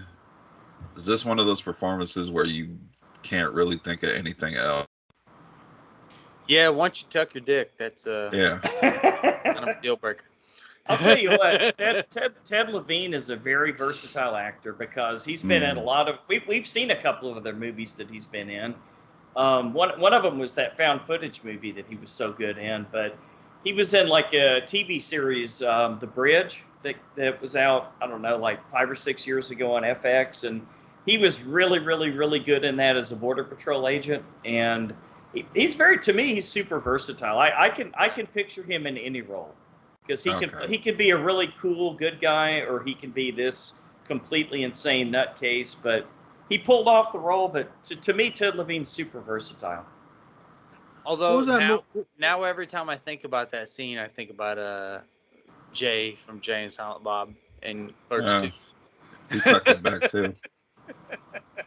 What were you gonna say, Nez? You fuck me. I'd fuck. Joyride. Okay, that's a movie he was in. He didn't even show me. Joyride. That's right. It was just the voice. Candy Cane. Yeah. I was like, what movie was it when he was just? Yes, that's he was just talking. That was a good one. That's what I'm saying. Like when you hear his voice, like I think the last thing I seen him in before this was I rewatched Heat. Yeah, it's when he starts talking, I'm just somebody gonna get the fucking lotion. I know. Who puts the lotion in the basket? Yeah, Batman shot him in the throat. And Heat played a phenomenal fucking psychotic person. Like I did.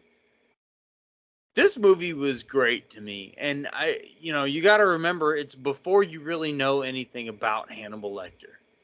And so if this is the first you've ever heard or seen of him, Anthony Hopkins is fucking terrifying. Mm-hmm. And like this movie's really not about him, but he just chews up scenery every time he's in it, And I think he did great. I think Jodie Foster did great. Even though I'm not a huge Jodie Foster fan, I never really saw the big Jodie Foster fandom thing that existed.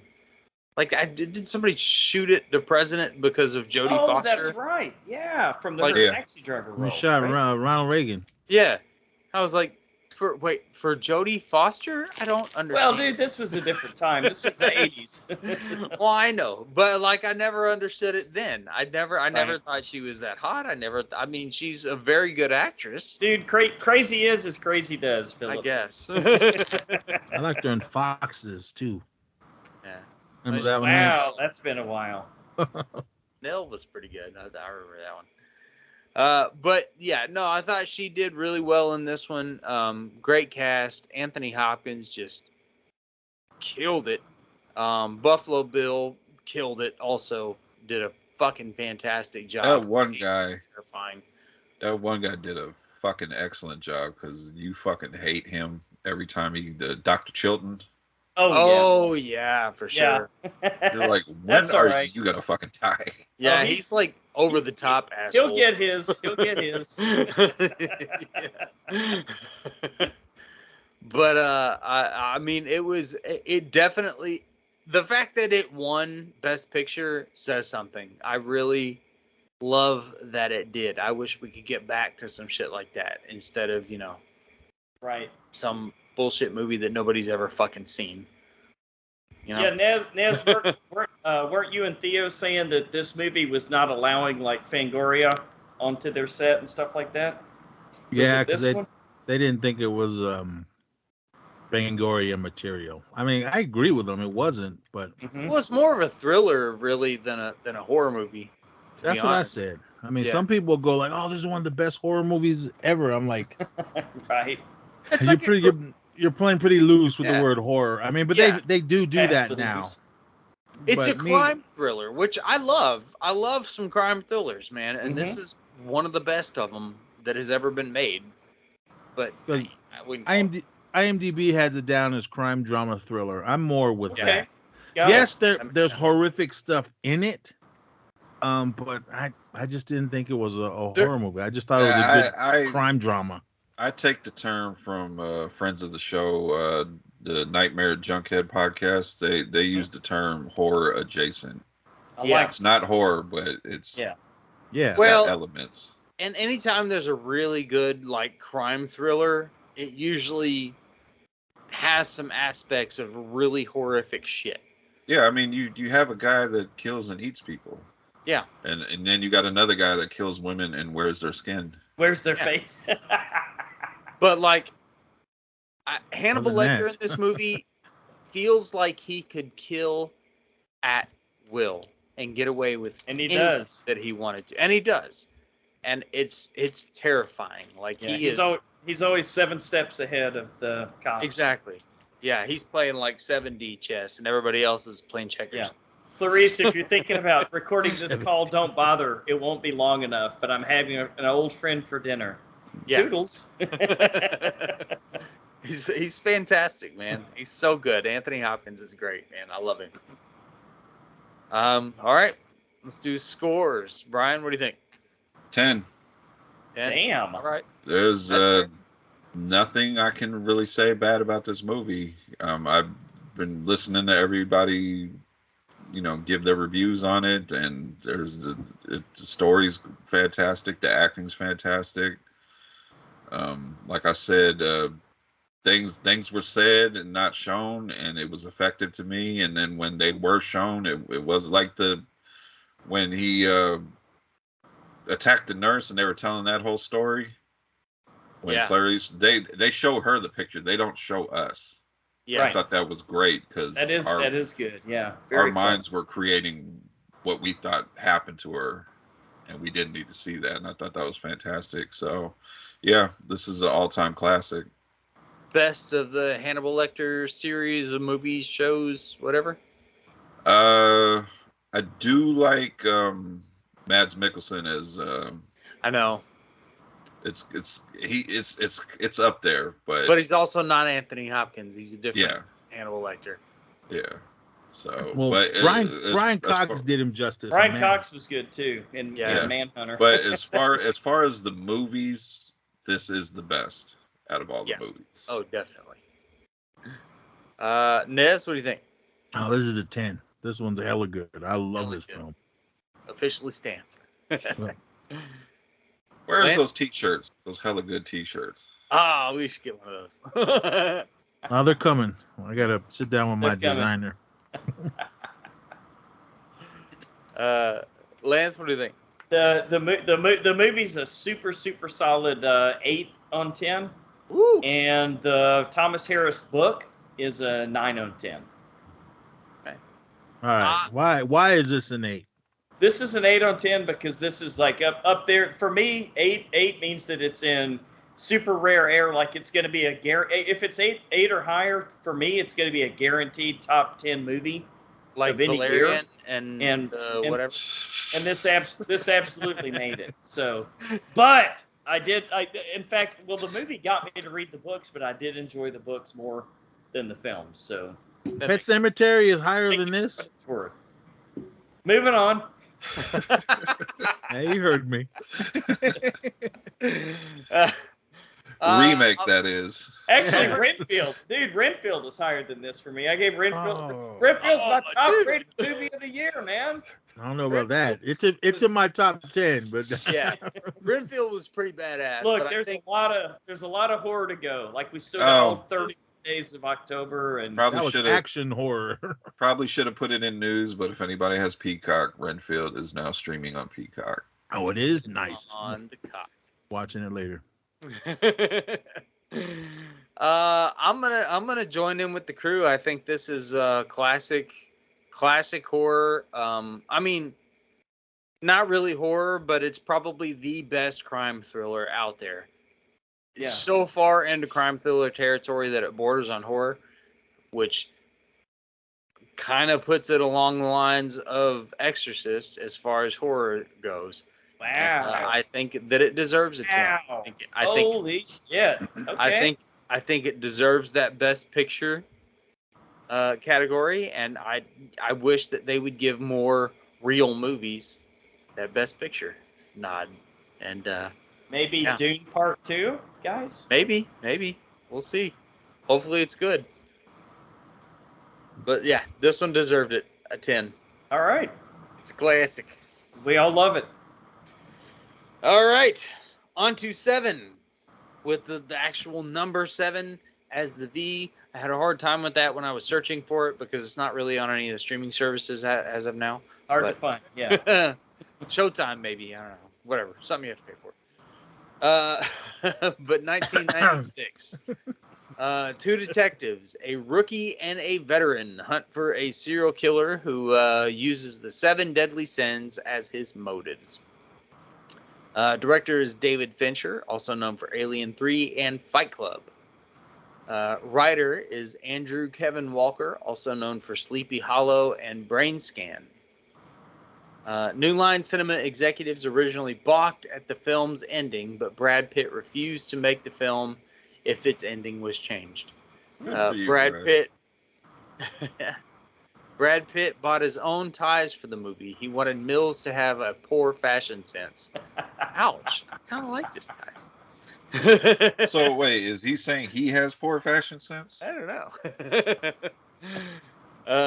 Brad Pitt fell while filming the scene in which Mills chases John Doe in the rain. Pitt's arm went through a car windshield, requiring surgery, and the accident. Wow. The accident was worked into the script. Coincidentally, the original script called for Detective Mills to be injured during the sequence. So, holy shit! I guess the cast was real. Is that was in the movie? Yeah, when he got hurt, when he was chasing him. So that was his actual blood. Yeah, I guess that was a real injury, man. Huh. That's fucking crazy, dude. Way to tough that out, man. I like it. Fucking Brad Pitt, dude. He gets more and more respect from me every day. I know. That's why I picked just Brad Pitt trivia for this. Brian, what'd you think about 7? This is another like crime thriller psychological thriller classic. Like everybody kills it in this. Morgan Freeman is excellent in this. I like Brad Pitt as his new kind of know-it-all young face detective. Mm-hmm. I'm not a big fan of Gwyneth Paltrow, but the way she played his Brad Pitt's wife, I felt bad for her that she had to move to the city and just basically change her entire life and just was miserable. At least you didn't have to deal with it too long. Oh yeah. Sorry. What's in the box? Rewatching it, I totally forgot that fucking Shaft was in here as the district attorney, Richard Roundtree. You're damn right. R. Lee Ermey was. Oh yeah, I forgot about him too. Was a different role for him because I mean he's clearly R. Lee Ermey when you see him as the police chief, but he's like not over the top yelling, threatening to skull fuck somebody or anything like that. It had his best line when they were sitting there talking and the phone rang and he had, "This ain't even my desk." And then and I felt like that was ad-libbed. Like, and he was just like, they probably had to try not to laugh. Yeah, we're filming a scene and he was like, "This ain't my desk." Let's see, John C. McGinley as the SWAT commander. He's a typical asshole self he usually plays in the movies, but the whole storyline trying to catch these killers that, at first they don't know that the murders are connected. Then they find out, it has to do with 7 deadly sins. Morgan Freeman is telling them, there's going to be 5 more. And then it's like a cat and mouse game. They're trying to find out who the killer is, but the killer is just like always a step ahead of them. And then it gets revealed who it is, which when I first seen this, I didn't even know he was even in the movie because I wasn't even paying attention. And then when he showed up, I was just like, oh, we can spoil it. It's Kevin Spacey. Yeah. John Doe. Yeah, John Doe. And the ending was something I didn't see coming. It's joked about now, like the what's in the box, but the whole that him and John Doe are the last 2 sins. Yeah. Right. Was like I didn't even see that coming, and I don't blame Brad Pitt's character, especially when it gets revealed that his wife was pregnant. Mm-hmm. Yeah, I'd have got another clip and put it in my gun and emptied that clip too. So, see, I feel like that's too easy. Maybe he could have pulled the knife out and just cut his face off. Morgan Freeman did carry a switchblade on him. He was surrounded by a bunch of lawmen, so it would have been kind of hard to do that. They would have never got there. That hell quick. No. Land in a helicopter and drive up. Go through some shit before they showed up for sure. But he wouldn't be dead, but he'd be wishing he was. His dick would have been in his mouth by the time the cops got there. There you go. Which deadly sin is that? But even the practical effects on all the murder victims was fantastic. Even the guy, I forgot which sin it was. The one that was in the bed and they were feeding him drugs and stuff. Lethargy, not lethargy. What do they call it? Sloth. Sloth. Yeah. Sloth. Yeah. Oh, Sloth was the one behind the kitchen, or was that Gluttony? That's Gluttony. Okay. Yeah, Sloth was on the wall. All right, I remember. Yeah, which that would have. If I was that, no, actually, it was John C. McGinley, wasn't it? That he scared. That he said he's still alive. Yeah, I would have quit my fucking job. Right. Oh shit. That happened. I look like a zombie.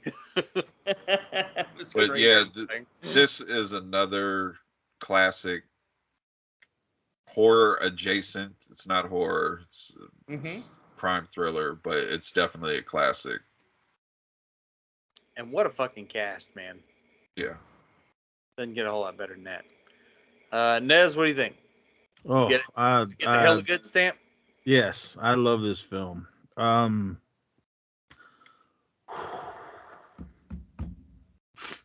friend of mine just passed a few weeks ago, last month, and this was one of the movies that we went and seen together. Shout out to my girl Mel. I love you and I miss you. But when we went and saw this, shout out to Mike as well. He told me to go see this. I'll bet. I could see Mike all over this movie. He was like, dude, you got to go see this. So it was playing like at the last run. It was just break it to yank from the theater. It was a Thursday night. I went and picked up my girl. We went and we saw this. She goes, what's it about? I'm like, I have no idea. Mike told me to go see it.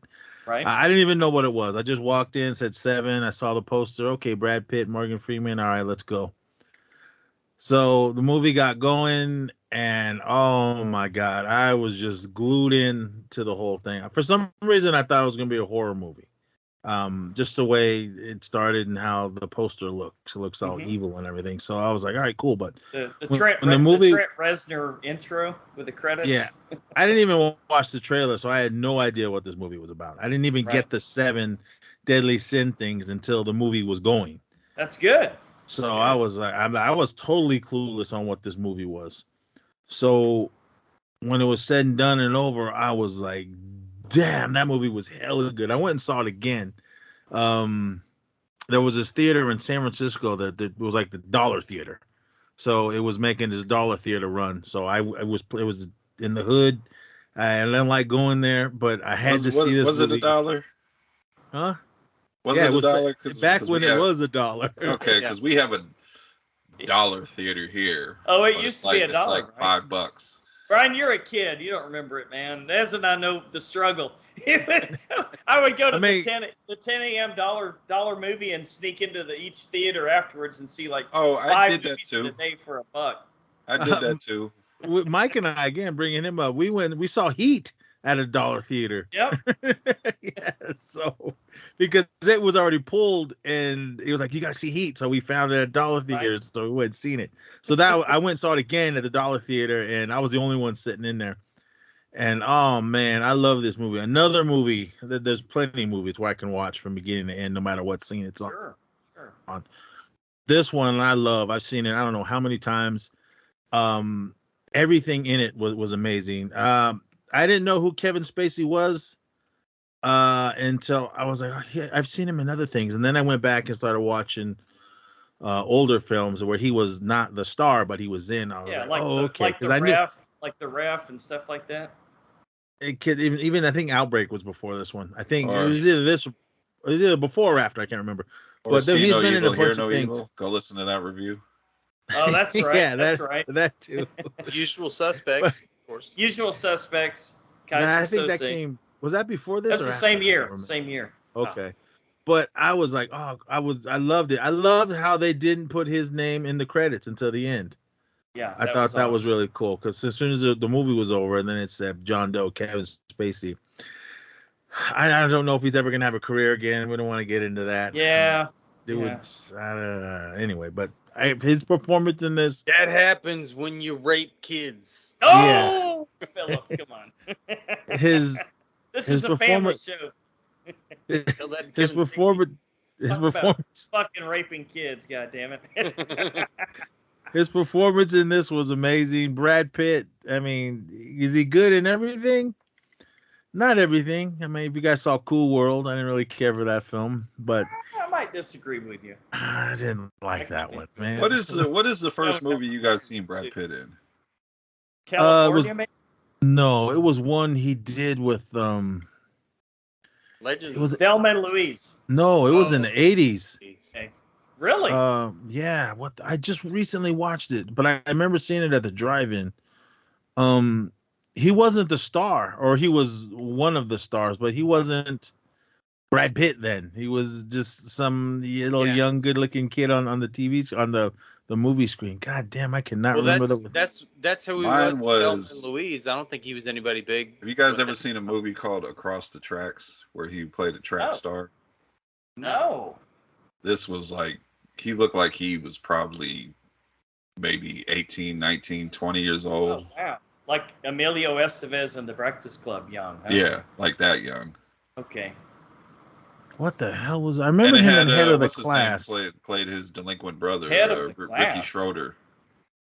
Ricky Schroeder was in it. This is the first one I'd seen. He'd been in some other things I've seen, but this is the one that I remember like in the theater. It was a movie called Cutting Class. I remember the name. Is that like a slasher? If I remember right, yeah, because it was him. Who the hell else was in this? The main girl, Jill Schueline or whatever, and I just remember she was in a bunch of other movies. Okay. And this other guy named Donovan Lynch Jr. I don't know where he's at, but well, I remember he seeing that this weird thing where he could have gone like heartthrob or like serious actor.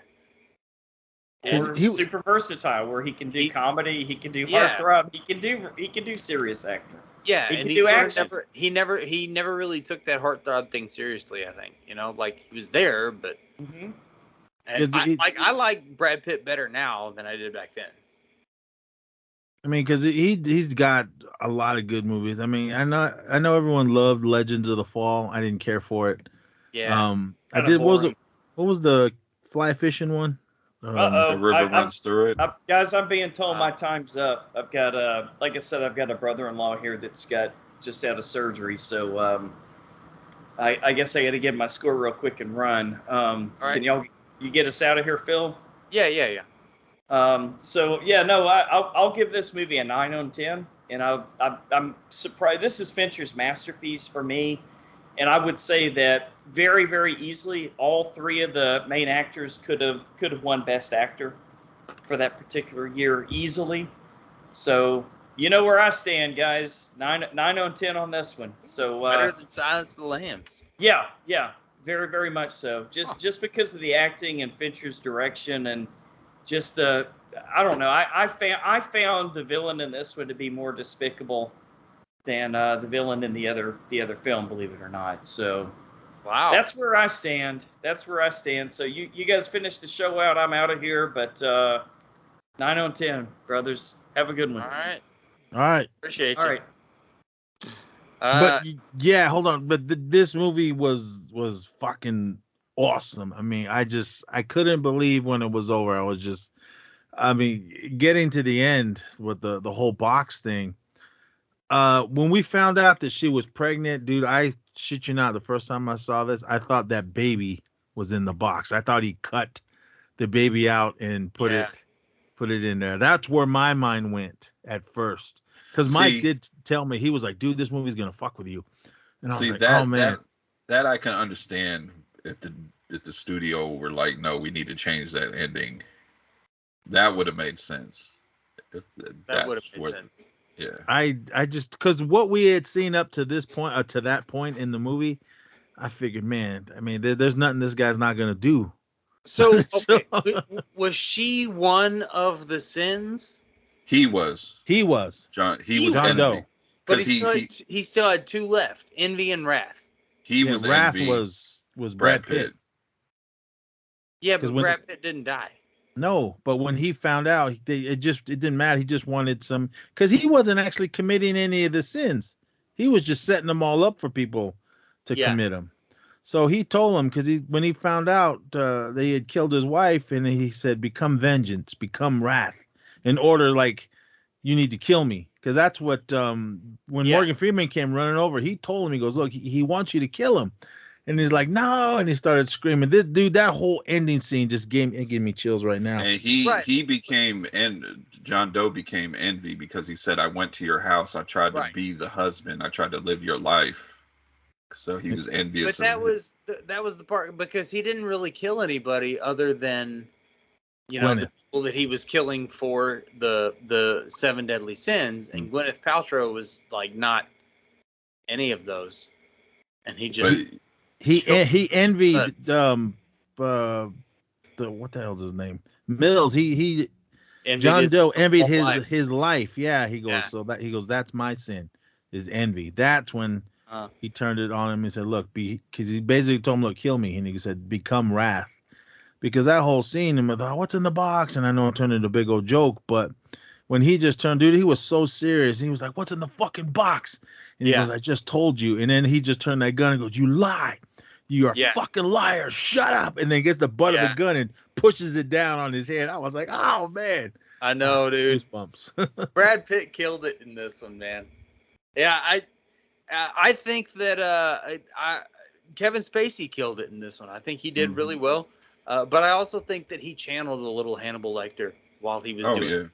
You know. But he did it in his way though, because Right. there's scenes where he kind of like that whole scene where Morgan Freeman's looking at him in the back of the car through the rearview mirror, and he sees Kevin Spacey like bouncing up and down. And he was like, "Why are you so happy? Yeah. If you're not supposed to take pleasure. If you're a messiah and you're doing this all for a cause, why are you taking just little things like that? I thought were cool. Yeah. Well, and Movie of the Morgan week. Freeman is great in everything that he does. Always awesome.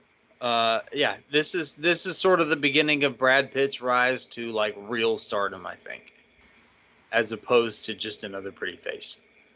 And I definitely gave Kevin Spacey a big leg up, even though he'd already had some really good stuff.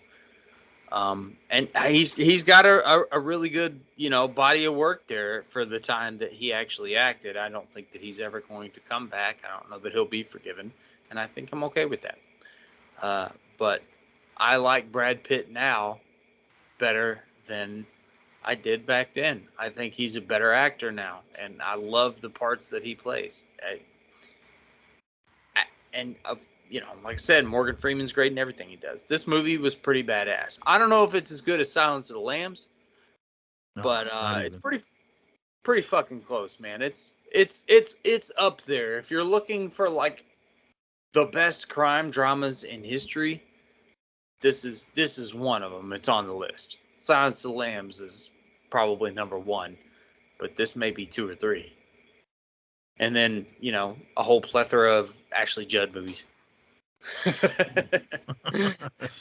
She's in a shitload of them. Yeah, I don't know if I agree with Lance, because I don't know. Is John Doe a more despicable killer than Hannibal? He's not as, because Hannibal's more just hateable. I mean, what is Hannibal? What is the reason he's killing people? Because they were rude? Yeah, I know. He's usually got a pretty good moral standpoint on why he's killing somebody, but he's also fucking terrifying. I mean, I'm not saying what John Doe's doing is good. I mean, but at least he's going after people that he thinks are bad and have sinned. Right. So, but he's not as like menacing. I feel like Hannibal Lecter, you see him on the street, and as soon as he starts talking, you're like, all right, nice to meet you. Bye. And, but, Kevin Spacey starts talking, and I'm not quite as terrified. I don't know. Yeah. They both had that. I mean, they don't look Richard Brake. You see him walking down a dark alley, you're going to turn around and walk the other way. Yeah. You see John Doe or Hannibal Lecter walking down that same alley. I mean, especially they don't look. They're not very tall guys. Richard Brake is tall and scary looking. Yeah. But I mean, you would look at them and not even think twice about them and just keep walking. I mean, it kind of bothered me that Hannibal doesn't blink and just stares directly at you when he talks. Right. That's part of what made him so terrifying, is that he seems like this unassuming person, but like he just, when he starts doing up the scenery and he's not even blinking and he's like just controls every situation. Yeah, and then 5 minutes you're into your conversation, you realize, are you psychoanalyzing me right now? Yeah. Whereas John Doe just seems kind of annoying. Like when he was in the back of that police car. I mean, I get shit. I get why he went after them. The only one I kind of felt sorry for was the fat guy. I mean, did he? I know. Did I mean? Yeah, I'm fat too. Fault. I'm fat too, and I'm gonna take it. It is my fault. I like to eat, but I see where he was going with that sin, but he didn't. That guy didn't really do anything bad other than he goes, yeah, when you see him you want to throw up. And the one chick, I forgot which one it was. I didn't feel like, because she was getting cosmetic surgery to make herself feel better on the inside. Yeah. I was okay, come on now. What I took from that one is she might have, I don't know, I'm not really sure. She might have been one of those mean girls. Like Like she was a bitch and she deserved it. That's how I took it. I don't know. I could be wrong, but and the other guys that bought it, no, they totally deserved it. The pedophiles and the other guy was selling drugs and all kinds of other things. But the one I felt sorry for the most for was the dude that had that big knife dildo thing strapped to him, and he made him basically kill that girl. Oh, you could put him in a mental institution because he's probably for the rest of his life. I like that actor too. He kind of plays the same role in everything. Because you felt bad for him because I mean it's over. He's in police custody and he's still screaming, "Help me! Somebody help me, please!" Yeah, well, he's freaking out the whole time. He played it well. But like I said, hell of a fucking cast, man, and they really pulled their fucking weight in this one. This was a heavy hitter in this genre. It was a good cop drama because I loved it every time they were in the police station discussing the case. Yeah, I love. Usually those scenes are kind of like, let me. Well, and back then there was no phones, but it felt the dynamic between like Brad Pitt and Morgan Freeman, you know, and it felt real. Like when they were waiting on Prince to match up, and the guy was like, this could take up to 3 days. Yeah, and they don't go nowhere. They sit there, fall asleep on a couch together. Time goes by.